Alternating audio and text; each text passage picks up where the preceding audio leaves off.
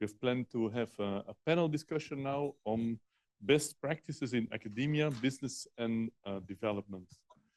I guess the word best might be questionable precisely because we're having this discussion on ethics.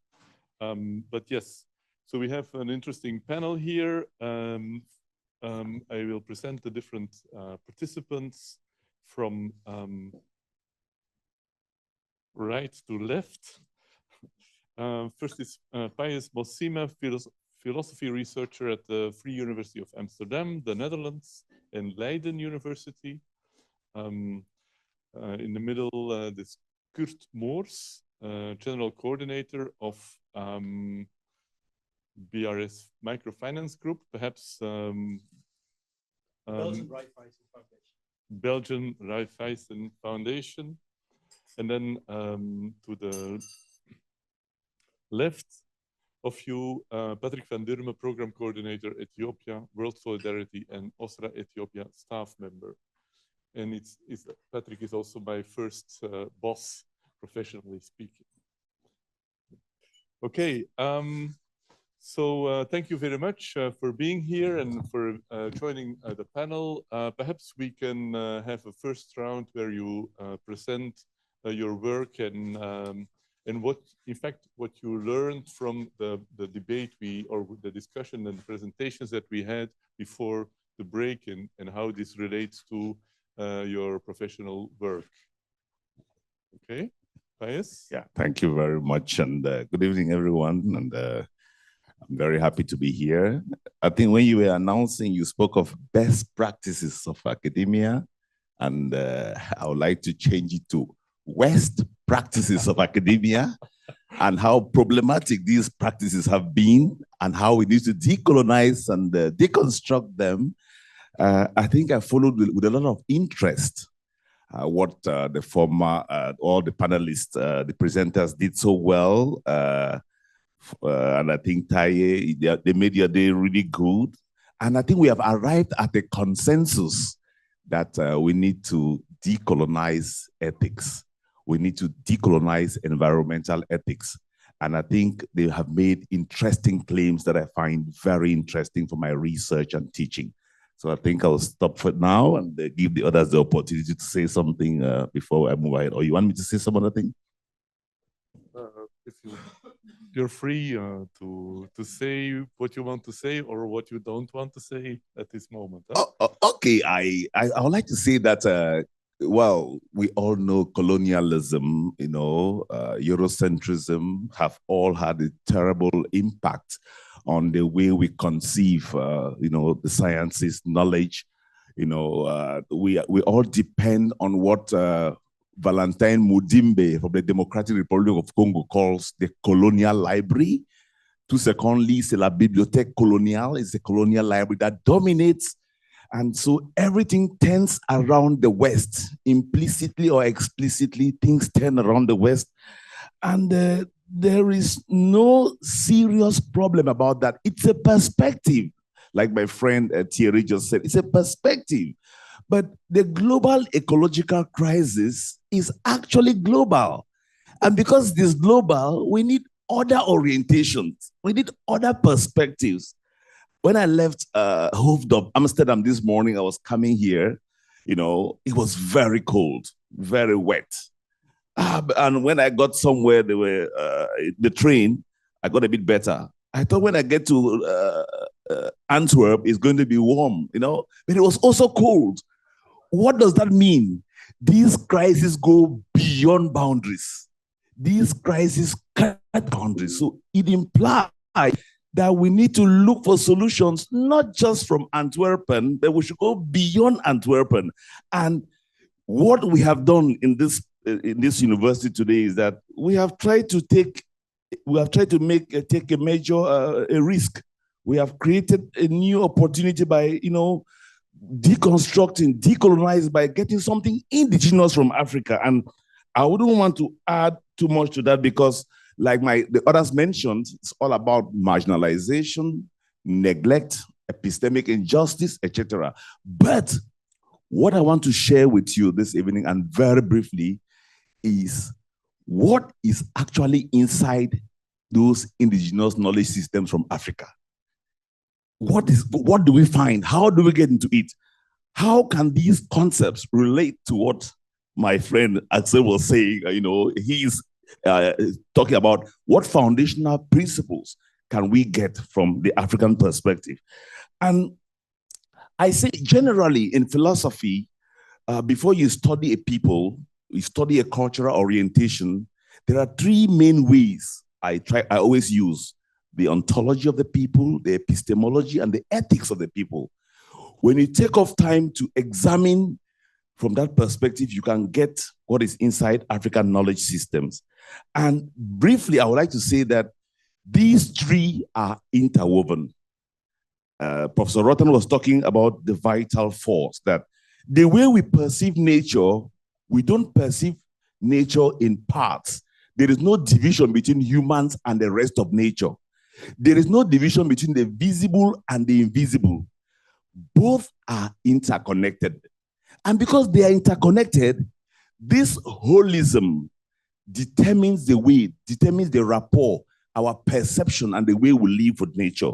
And so this ontology has been well articulated by the book Bantu Philosophy. I wouldn't go back into it, but there's something I want to add about that book, about that period of the vital force. Temple says, among the Bantu, when you do good to others, to nature, to trees, to water, to stones, you increase your vitality. What does that mean? It gives us a moral obligation. It gives us a certain touch, an ethical touch in the way we relate with nature. That's why you find in African societies, everyone wants to increase in this vitality. Everyone wants to have this force. And so treating nature well is very important. That's why you find sacred forests. You find Taye mentioned all of those in this presentation, and I thought it was important for me to highlight that. Secondly, in traditional Africa, there is something about the community. What is a community? The community is not just you and I. It goes beyond just the physical. It is also spiritual. The community is also made up of inanimate. All of nature constitutes the community. Let me prove to you, let me show you through some rituals how this happens. The African community, we have this word, these proverbs that my colleague mentioned, Ubuntu. You hear the word Ubuntu, Ubuntu. It comes from two words. The stem, Ntu, means being. All the other prefixes, Ubu, Umu, Kintu, Kantu, that you find are all manifestations. They are connected to that stem, Ntu. So all of nature, place, time, modality, relations, they are all connected to that stem. What does that mean? This ontological grounding that we have in the Ntu has different manifestations. That's why we talk of living with others in the community. This community of beings is what we share. And so when you get these proverbs, these languages, they are important because they give us a wonderful source for African indigenous knowledge systems. What does that mean? Learn the local language. Let me give a second example. Maybe there's no time, so someone else, yes, go ahead. Sorry. Well, I'm sure we will find an occasion to continue with this, but yeah, just perhaps I can pass the floor to Kurt.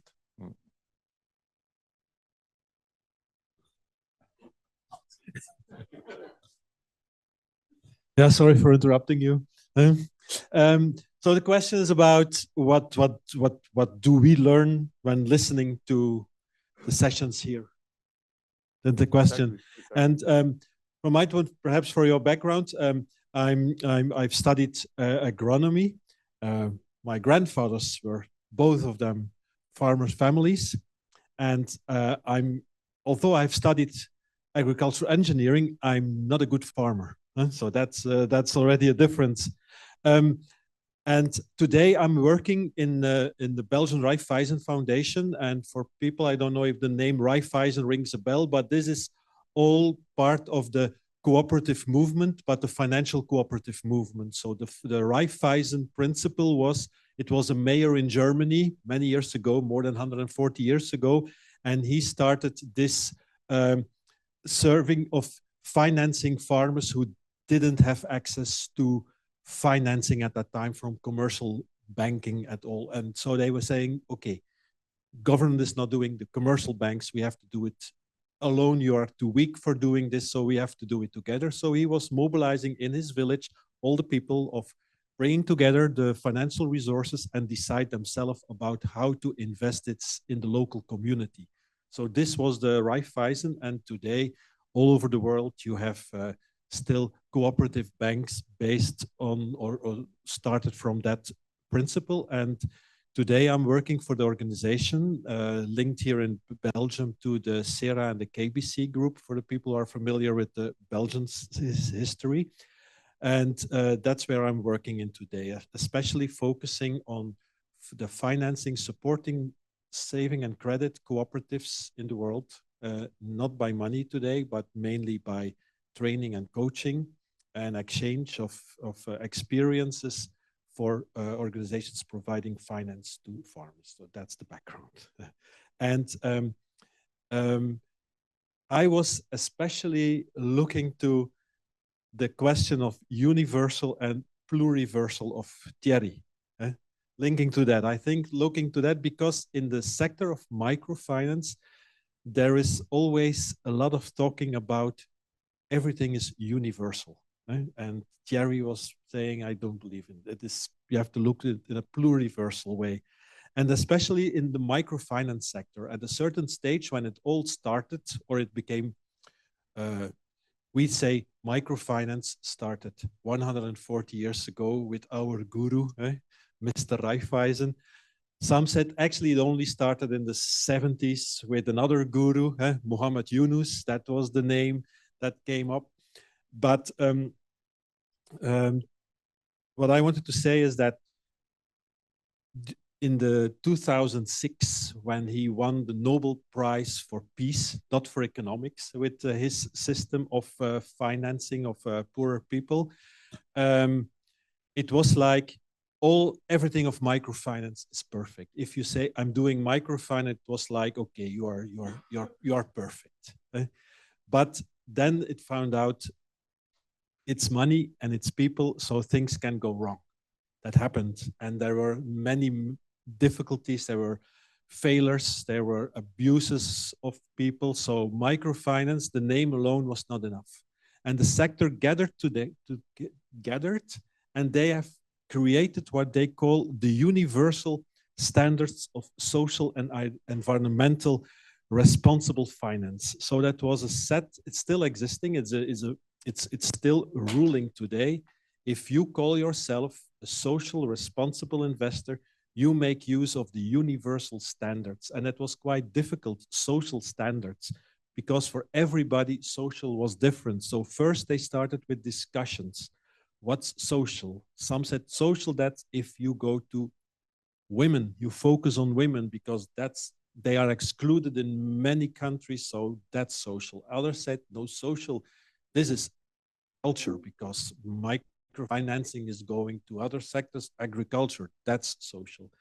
A third person could say social now, that's completely different, it's green finance. And so at the end, they say, look, there is not one definition of social, there are many ways of many windows to look at social, and we include them all in the standards, and we give to all of these dimensions a score and a way of looking in a universal way. And so I've always believed in this universal way of thinking, and today, yeah, I think I have to study a little bit more on pluriversal.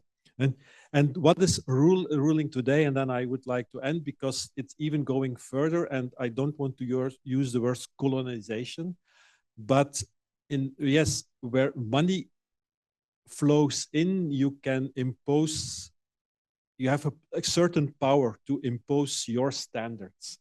And today we talk about social responsible investors, but there is now the new three-letter word as ESG, and that's the environmental, social, and governance standards. They are imposed, they are now the EU ESG standards. And if you are like many funds also here in Belgium, if you are an EU fund and you have to answer to these ESG standards, you go to these countries and you ask, I want to invest, but what are your ESG standards? And today, through this way, banks become responsible for the outcome of what they are investing in. So they are today also in Europe, these ESG standards are used especially for the transition in the energy transition, the environmental transition. If you as a bank here in Europe are financing a farmer who is doing harm to environment, you become responsible too. And this is now going, the same standards are now imposed everywhere in the world. And so this is sometimes a discussion if this is a new way of colonizing. Although I think it's perhaps too strong with it, but this makes me looking to the presentations here before the break. I was thinking about this. Thank you very much, Kurt. Patrick? Thank you, Tom. My name is Patrick, and I'm an economist and an anthropologist. And there is the problem, because it does not match. If you are an anthropologist, it's more looking to the human side of the project. I'm what you could call a development practitioner already for 30 years. That means that for many years, I've been developing a lot of projects, going to those countries, trying to understand what is happening. And this understanding was mostly based on a problem tree, as Western looking to the problems they have in terms of needs. First, the needs, in terms of basic needs. So we developed a problem tree, and for each problem, there was a solution. No water? Okay, we will try to find some water, to do etc. And finally, at the end, we made a project proposal. And we went to different steps. First, the formulation of the project, then the budgeting of the project, and then the monitoring system and the evaluation. All these concepts were taught from the Western side. So we were actually developing a very bureaucratic project. So my thinking was already then, at that time, how can we overcome the bureaucracy in the relationships and come to a real relation, to come to an exchange between people, between persons. And how the question was, how can we fulfill the desire to live together, the act of exchange? And then came up in the session of Temple, being alive. What does that mean? If two people meet, there is a desire to do something together. And as an anthropologist, I thought, what can we do together? We can, for example, exchange. There can be a relation of affectivity. There can be a desire to have the same experiences, to be creative, and that makes living real. And as an anthropologist, I thought, let's try to do this instead of developing a bureaucratic project based on all these elements as the logical framework. I don't know if you know this.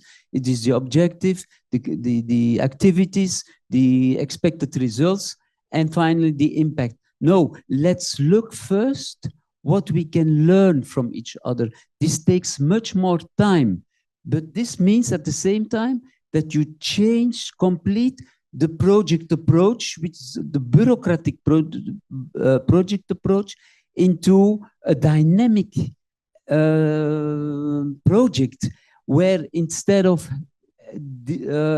formulating an activity, you formulate it in terms of we are going to establish an activity, but as a trial and an error in order to learn from each other.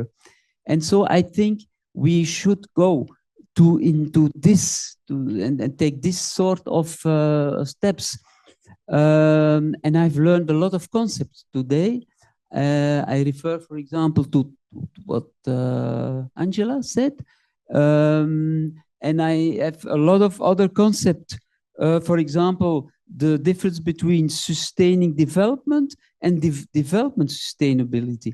I think we should look to it also and deepen our knowledge on it. So there is a whole transformation to do from the bureaucratic element of the project towards making it a living project.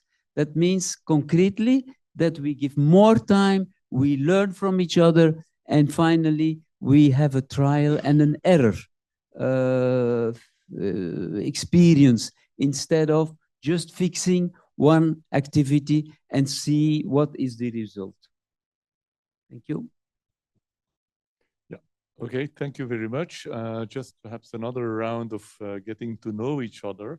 Perhaps I would like to come back to one of the questions that was asked also before the break on the unity of Africa, because we've been talking about indigenous African environmental ethics, but what's the meaning of Africa here, or the unity it's supposed to represent? There's also a colleague of mine who starts her course by saying that Africa is not a country. Explain about your own country. So that's she's asking to our students, most of whom are from Africa. So what type of Africa, or what corner of Africa do you know? Have you been acquainted with over your lifetime? Pius? Yes, thank you. I come from sub-Saharan Africa, and when we talk of Africa, we know there are different cultural orientations, and but when we talk of Africa, we are looking at this colonial construct, this invention, you know. We are looking at this continent that has been invented by the colonial masters. And so when we talk about African philosophy or an African idea, we are referring to the main themes, the main currents that cut across the continent, that cut across this sub-Saharan Africa, in such a way that if you go to South Africa or to Central Africa or to Ethiopia, you will find, you know, I mean, more or less the same thing.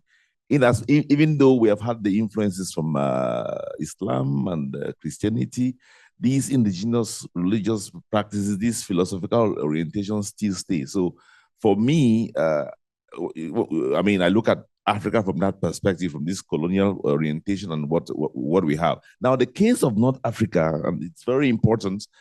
I think you look at Islam, for example, and the influence in North Africa, and remember Hegel, the philosopher Hegel, had geographically cut off North Africa from all of Africa and thought all of Africa was darkness. All of Africa was of no religion, no culture, nothing, was primitive, savage.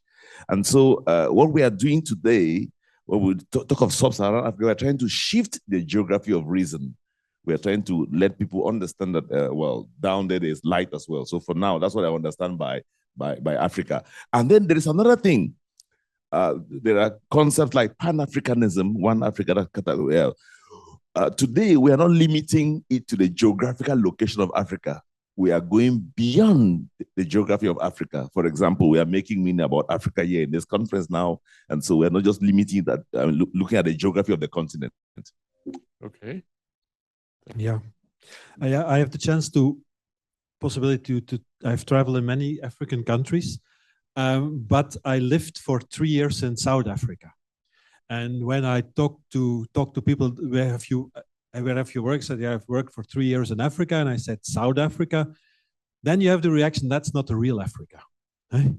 So as if it's not like, and that's what I see, that many people have this standardized vision of what Africa should be. And when you say South Africa, that's not the real.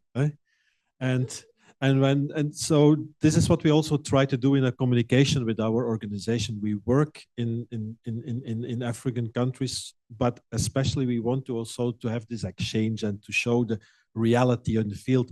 But living in South Africa, and that was just after apartheid, that was in the year 96 till 99. So that was close after the official. It was really, for me, personal, a very specific experience.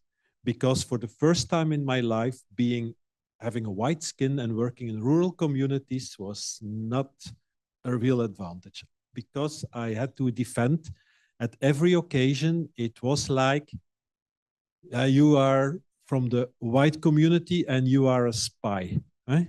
That was, I had to overcome every time this, from the rural communities. It was a program in agriculture. So it was, for me, interesting to know, because I was the assistant. It is said here that I was managing a program. Actually, I was the assistant manager on a rural resource center where trainings were given to people who want to reinstall themselves in the field of agriculture. So it was training. And Paul Olifant, he was from the community of the Western Cape. He was manager.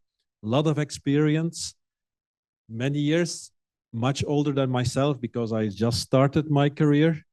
But every time that there was somebody from a commercial guy coming to the farm for a very specific, he always thought, because of my skin color, that I was the boss. And that was, let's say, that was a problem. We sorted out, but for me, it was the first time when so at the farm, I was considered wrongly as being the boss. And when I came in the rural communities, I was wrongly considered as somebody who was there for wrong purposes. And that was an interesting personal experience to have this. Yeah. Okay. Yes, I've been traveling also to different countries.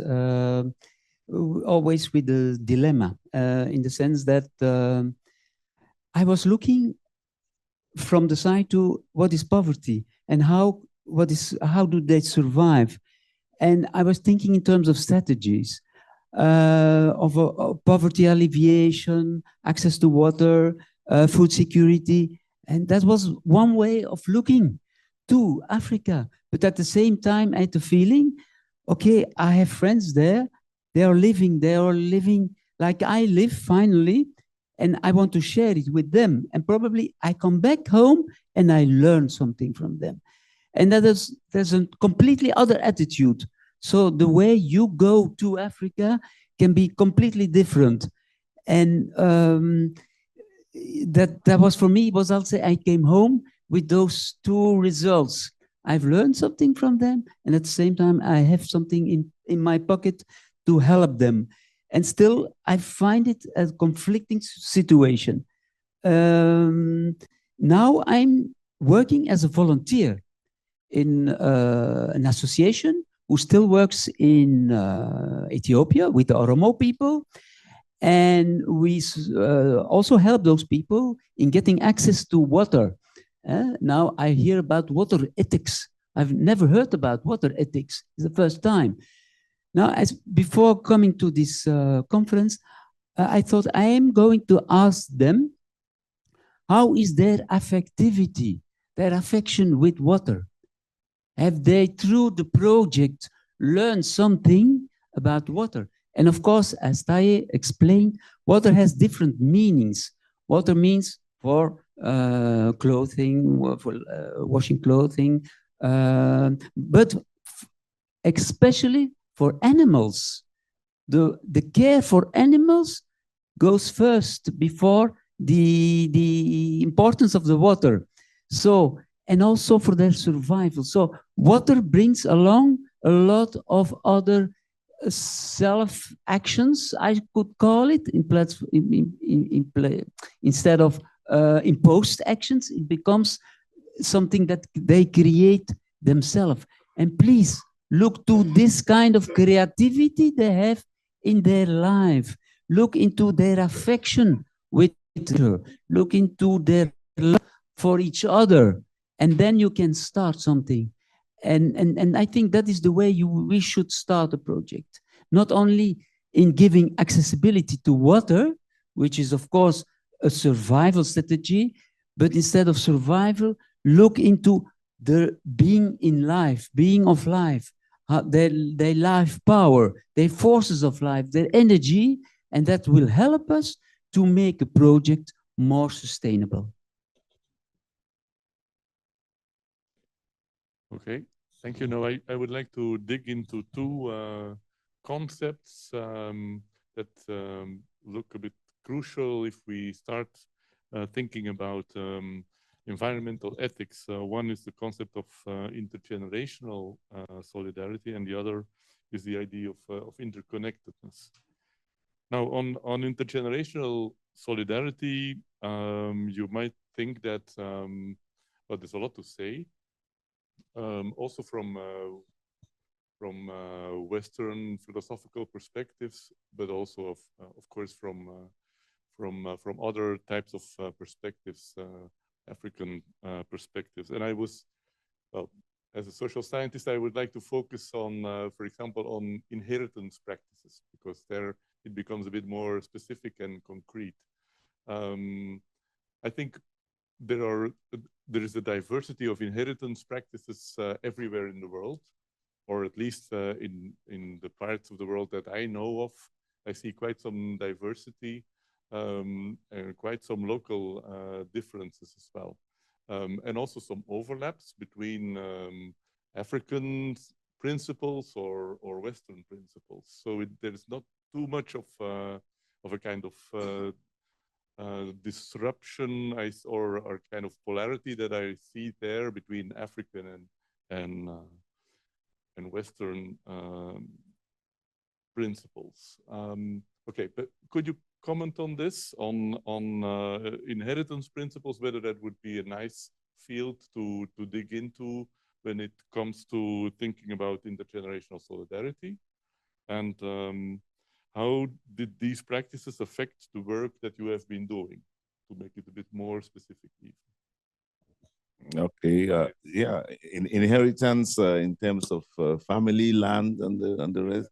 Yeah, I come from a cultural orientation where, you know, patriarchy doesn't really dominate. You know, women can also inherit the land, and you know, inheritances could be patrilineal or could be matrilineal. And I come from a place to where it is just now people are beginning to sell land anyhow. You know, we don't sell land anyhow in our place. We preserve for the next generation. You cultivate and the rest. It's just because of this colonialism and the rush for money that people are worried about selling land. And a male or a female could have access to land. And even in terms of who owns the land, land initially was owned by the chief. Everyone, there was communal orientation of land. I mentioned this communal substratum when I started talking. It was a communal thing. It's just because of capitalism, you know, extraction and the rest, neoliberal capital, that many things are changing. So that already gives you a kind of side bet. Because you inherit from your ancestors, the link between ancestors is very strong. There is this deep cosmic interconnectedness. There is this deep cosmic anchorage that the living have with the dead, that the chief, the leader has with the ancestors. And so you don't make certain mistakes because you know you'll be punished. That's why when you get a leader today who swears by the Bible or the Quran, he can do whatever he wants to do. But if with the ancestors, it is really, really difficult. So this link with the supernatural is very strong, and it gives us a good backing to also look at this rapport with nature, because most of these rituals are linked, they are linked to what we do with nature. For example, we use water. I think he did that brilliantly. We use water. We use trees. You know, it's all about fused essences, you know, that we have. So you don't, the boundary is not cast iron. It is very, very plastic. That's what I can say for now. Yeah. Yeah, thank you. Yeah, when you first used the word intergenerational solidarity, as I told you, I'm very much convinced about the cooperative model, because this is what I'm living in a cooperative. I'm a member of many cooperatives, and perhaps for some people don't know, the next year, 25, and interesting perhaps also for researchers, will be for the United Nations the year of the cooperatives. So next year probably you will see a lot of promotion and lectures and research on cooperatives. So that's for the United Nations 25. And especially when talking about intergenerational solidarity, this is something that is built in this model. It's a very specific model. It's a model you are owner and client at the same time. So you have this it brings a special balance of looking to the organization. It's not maximizing profit, but it's maximizing services. But there is some principle that is very much used, is a saying in the cooperatives, that you don't own a cooperative, but you borrow it from your grandchildren. And that is in the thinking of an organization. You build something for the future and you have to hand it over to the next generation. So that's a vision that is very strong in cooperatives, and it can have many ways of, there are some basic principles, but the way it is organized depends on the region where it is applied. So it's an interesting way of looking, of organizing an economical activity with a lot of involvement of society, of making it possible to take decisions. So therefore, you never start a community from the outside. A cooperative from the outside. It's something that has to start within a community, and there is another principle in cooperatives that they have to work together. It's not always working very well, I have to admit, but it's a basic principle that you have that over the boundaries, you talk about boundaries, that's an interesting principle. And then when about inheritance, it's also the inheritance of knowledge, and especially in farmer communities, you have a lot of knowledge that you can learn in school, but being a real farmer, you learn a lot from the practice of your parents. And in many farmer communities, many generations work together, and you learn from the other. This is in some communities, like I referred to South Africa. It was very difficult for small farmers to restart because it was a disruptive period, and this is something that I've understood there, that nobody had seen an example. Some communities for years, they didn't learn anything from, all the decisions were taken from top down, and they couldn't take these decisions themselves. It was disruptive. And sometimes, but that's perhaps also a question for later, is what we see now in communities, that especially I've questioned about the problem of refugees. And we, in Guinea, we see so many young generations seeing no future in agriculture, leaving the country, and how to deal with this. And it's not, they are not taking this knowledge any further. So this is an open question. How this will, I'm quite concerned about that one. Yeah.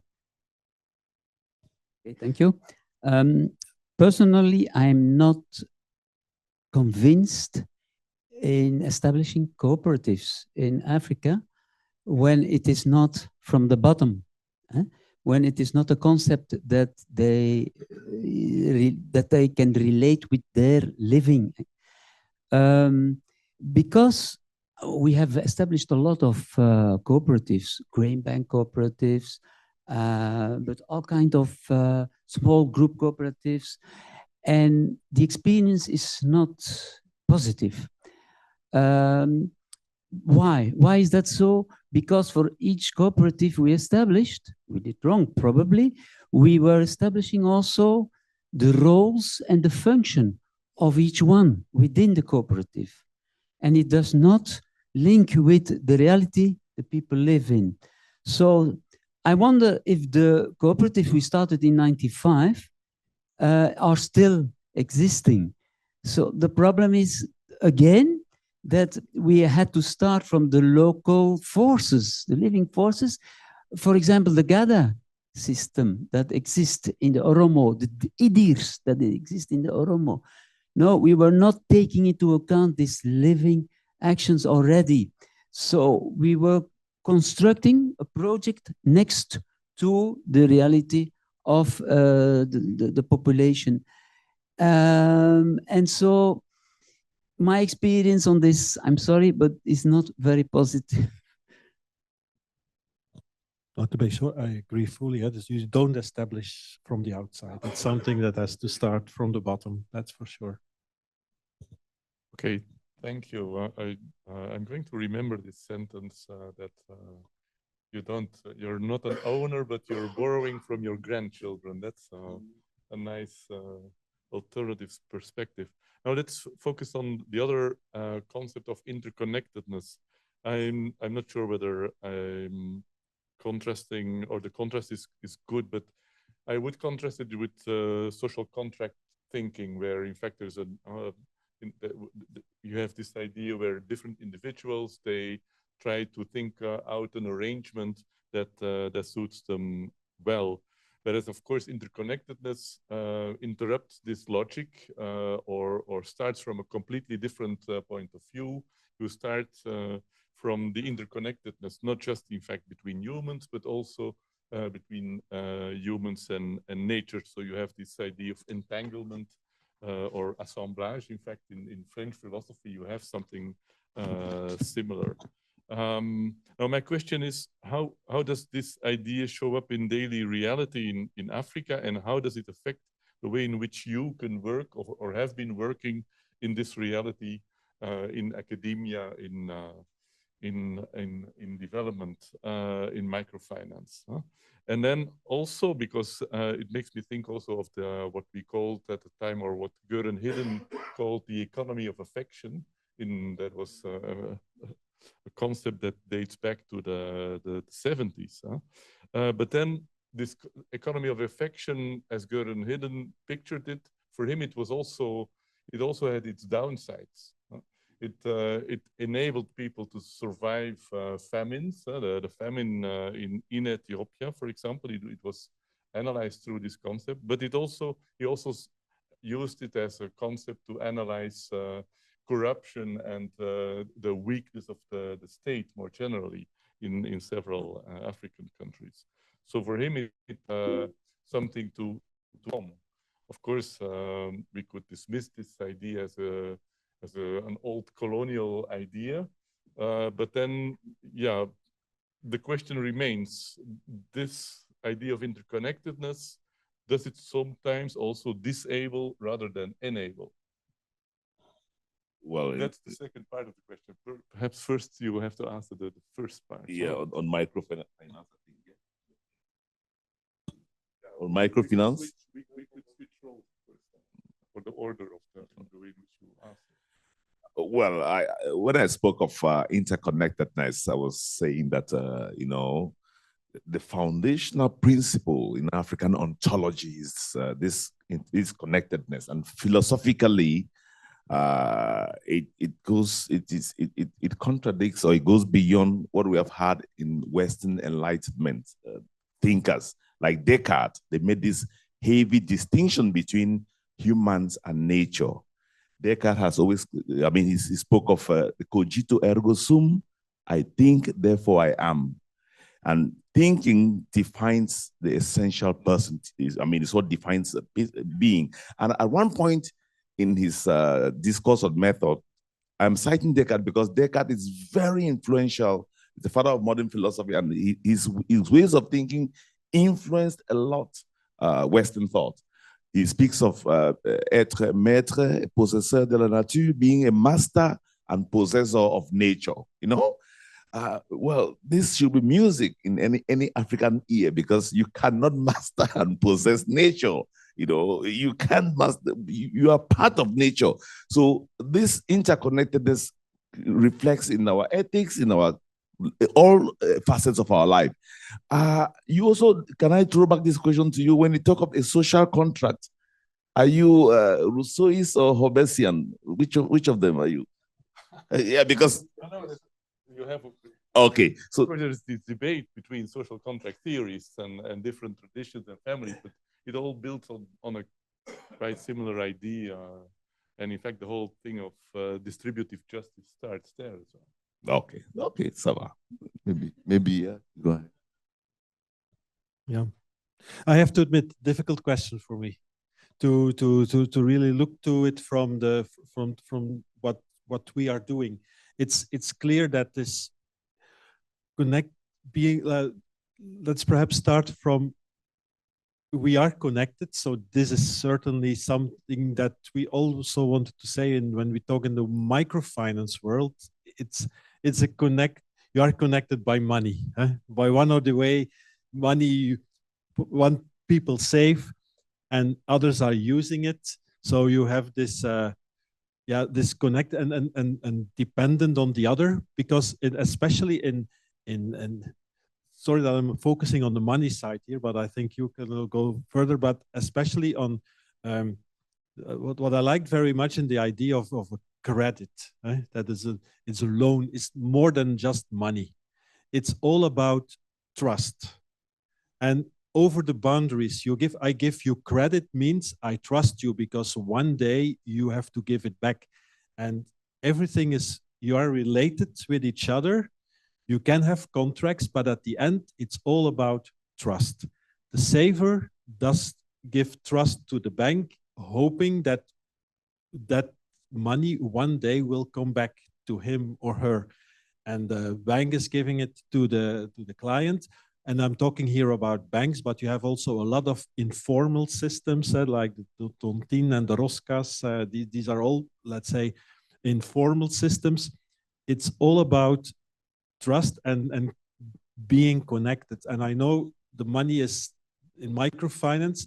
It's an interesting concept because it's a quite universal way of looking to working with each other. And this is over the boundaries. Now, this being said, this is about transactions between people, between communities, enabling people doing more than what they can do if they have to find the resources all on their own. But again, it's also, sometimes I come back to this interconnectedness. If something goes wrong in a country, people have to flee the country. It's not I think this is all connected, and people have to understand that this is not, today we have this question here very much in the organization. In many countries that we are working today, this is the case. And people say the understanding of why people arrive in neighboring countries and go to the other countries, that sometimes people are not aware that what we are doing here, that this is the result of it. And it's sometimes I'm trying to explain it, and I know that I'm not finding the right words, but I just wanted to share this. Yeah. Okay. Thank you very much. I think you explained it quite good. I should like to have some words on much more on affection than interconnectedness. Actually, for me, affection is a force of life. It's the way you deal with the nature, you animals, and so forth. So, as Tai said, don't overload the donkey. That means that actually the affection is there. Why shouldn't we invest in that affection as an NGO? Start from this point, much more than the donkey should be overloaded economically, because this is what they need. So this way of building trust together and intensify all those forces of life we can share together, that is for me a project. It's not something that comes from external and is an institution almost with functions and roles. No, it is really doing something in terms of exchange of living, make it a living project where you feel that we have both the feeling that we at the end enjoy it, and that we are saying the same things as before. So that is what I mean by effectivity in the project. It's not things outside the project, but it is within people. And these forces, let's take this up and create more. Okay, thank you very much. So this closes more or less the debate between us.